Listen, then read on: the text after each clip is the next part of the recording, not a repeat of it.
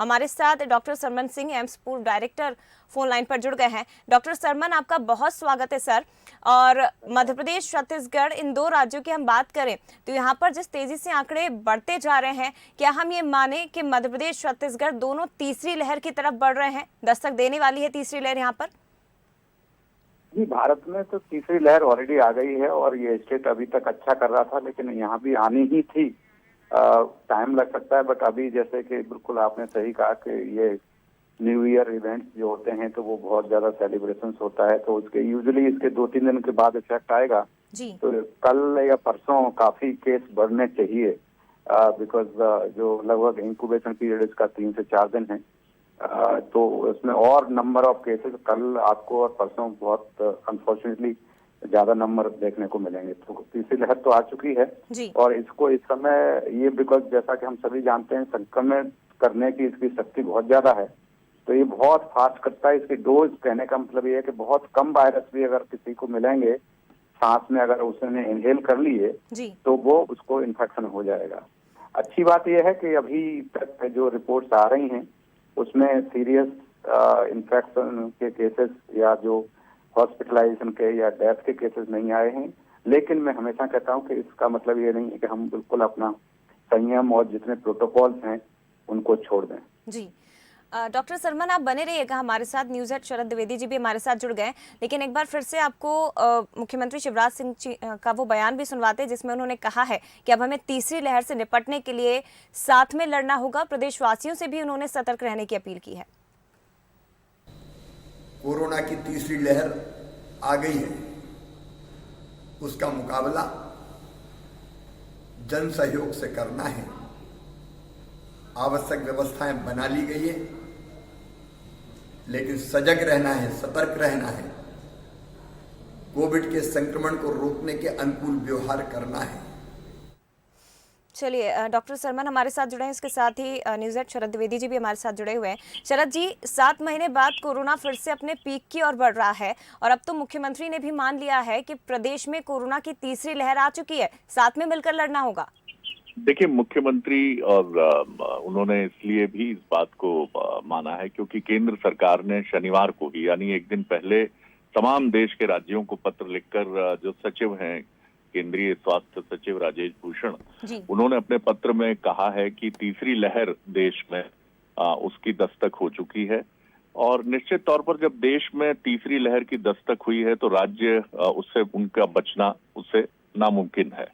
तो तैयारियां उन्होंने, केंद्र सरकार ने सभी राज्यों को पत्र लिखकर कहा है कि आप अपने स्वास्थ्य के बुनियादी ढांचे पर उसकी जांच करें कि वो कितना तैयार है कोविड से लड़ने के लिए, क्योंकि तमाम जो इंतजामात हैं जो हमने पहली और दूसरी लहर में कोविड से लड़ने के लिए जांचे परखे हैं, जिनका इस्तेमाल हुआ है, उनको और सुदृढ़ करने की जरूरत है। जैसा डॉक्टर सरमन हमें बता रहे थे कि इसका संक्रमण का दर बहुत ऊंचा है। मैं फिर एक बार स्वागत करता हूं डॉक्टर सरमन सिंह का, एक बहुत ही काबिल और बहुत ऐसे चिकित्सक और एक ऐसे स्वास्थ्य के प्रशासक जिन्होंने बहुत मजबूती से लड़ाई लड़ी भोपाल में आयुर्विज्ञान संस्थान में। सर, मुझे ये बताइए कि जब से 2019 से हमने दस्तक इसकी देखी है, चीन से शुरू होकर पूरी दुनिया में ये फैला, तो हमने इसको कभी कंप्लीटली खत्म होते हुए अभी तक नहीं देखा है।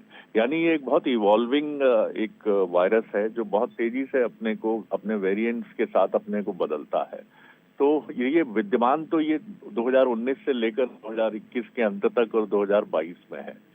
ये जो नया वेरिएंट भी अपने को बदल रहा है तेजी से, ओमिक्रॉन, क्या ऐसा कोई प्रेडिक्शन अभी हम करने की स्थिति में है कि आने वाले 3-4 सालों में ही पूरी तरह से नियंत्रण हो पाएगा इस पर?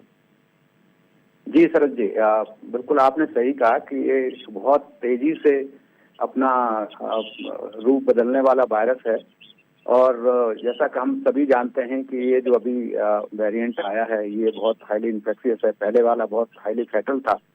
उसी तरह से कोई बहुत बड़ा मुश्किल बात है ये कहना, प्रिडिक्ट करना कि हम कह सकें कि आगे म्यूटेशन नहीं होगा या होगा तो माइल्ड होगा कि सीरियस होगा, ये बहुत डिफिकल्ट है कहना। लेकिन वायरस म्यूटेट कर रहा है और बहुत तेजी से कर रहा है और उसमें से बहुत सारे म्यूटेंट ऐसे होते हैं जो खुद ही खत्म हो जाते हैं, मर जाते हैं, बिकॉज वो सर्वाइव नहीं कर पाते। लेकिन कुछ ऐसे उसमें से निकल के आते हैं जो कि या तो इन्फेक्शियस संक्रामक दर उनकी बहुत ज्यादा होती है या फिर फैटेलिटी जिसको कहते हैं मृत्यु ज्यादा करता है। तो ये होता रहेगा, लेकिन हमको संयम रखना है और हमेशा हम जैसे कहते हैं कि मास्क और जो जितने भी प्रोटोकॉल हैं उनको ध्यान रखें। जो वैक्सीनेट नहीं हुए हैं 2 वैक्सीन सफिशिएंट हैं सो फार। जिनको तीसरी की बात अभी सरकार जो भी सोच रही है उस पर डिसीजन लिया है, जिस तरह से वो होगा। लेकिन जिनको 2 वैक्सीन नहीं लगी हैं वो जरूर लगवाएं। दूसरी चीज शरद जी, आपको हम एक अच्छी खबर बता दें कि हमने 6-7 महीने पहले स्टेट गवर्नमेंट को लिखा था कि हमारे यहाँ सीक्वेंसिंग की, भोपाल में जब मैं था तो सीक्वेंसिंग की सुविधा है, तो तब संभाव सरकार को शायद लगा कि अब तो कोरोना जून में खत्म होने वाला है, तो शायद तब पैसा नहीं मिला। लेकिन अभी कल मुझे पता चला है कि अब सीक्वेंसिंग के लिए उन्होंने स्टेट गवर्नमेंट ने पैसा दे दिया है। तो मुझे लगता है कि सीक्वेंसिंग सारे देश में जल्दी होनी चाहिए और एम्स भोपाल में इस सेंटर में मुझे लगता है कि जो फैकल्टी है वहाँ की वो जल्दी से जल्दी सीक्वेंसिंग के रिजल्ट देगी। तो डेफिनेटली सुविधाएं, ऑक्सीजन प्लांट भी जैसे आपको पता ही होगा कि हम आने से कुछ दिन पहले वहाँ वो भी इनॉग्रेट कर दिया। तो सारी सुविधाएं स्टेट में हो गई हैं, तो चिंता करने की जरूरत नहीं। लेकिन मैं फिर कहूँगा कि कॉम्प्लेसेंट नहीं होना है कि इससे डेथ नहीं होती है या इससे हमारे सारी सुविधाएं हैं।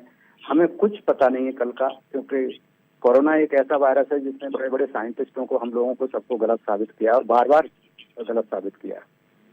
जी जी, बहुत बहुत धन्यवाद करता हूँ डॉक्टर साहब, बहुत आपका एनलाइटेंड रहा है। और ये बड़ी उम्मीद की खबर है कि एम्स भोपाल में जो फंड संबंधित एक आवश्यकता बनी थी, जैसा डॉक्टर साहब बता रहे हैं, उन्होंने इनिशिएटिव लिया था जया, और अब जीनोम सीक्वेंसिंग जो बहुत जरूरी है, ओमिक्रॉन है कि नहीं ये टेस्ट करके हमें अपने भोपाल में, अपने मध्य प्रदेश में ही तुरंत ये पता चल जाए, तो ये उससे टाइम भी बचता है और तेजी से चीजें भी स्पष्ट होती हैं। और जैसा जया डॉक्टर साहब ने हमें बताया है कि वही 2 गज दूरी और मास्क है जरूरी।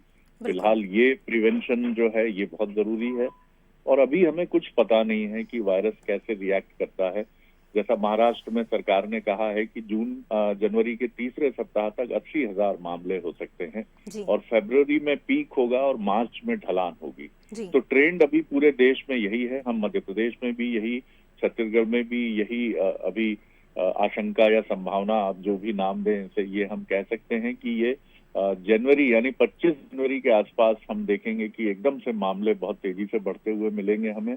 फरवरी में ये बहुत ही ऊपर आंकड़ा हो सकता है, आशंका इसकी जाहिर की जा सकती है, और मार्च से हम कह सकते हैं कि ढलान की तरफ ये चीजें जा सकती हैं। बिल्कुल, लेकिन जिस तरह से मुख्यमंत्री ने भी कहा है कि मिलकर लड़ना होगा, और यही अपील बंसल न्यूज एक बार फिर से कर रहा है कि 2 गज की दूरी आपको बनाकर रखनी है, जरूरत ना हो तो भीड़ भाड़ वाले इलाकों में, क्षेत्रों में जाने से बचें, मास्क का लगातार उपयोग करें, सैनिटाइजर का लगातार प्रयोग करते रहें।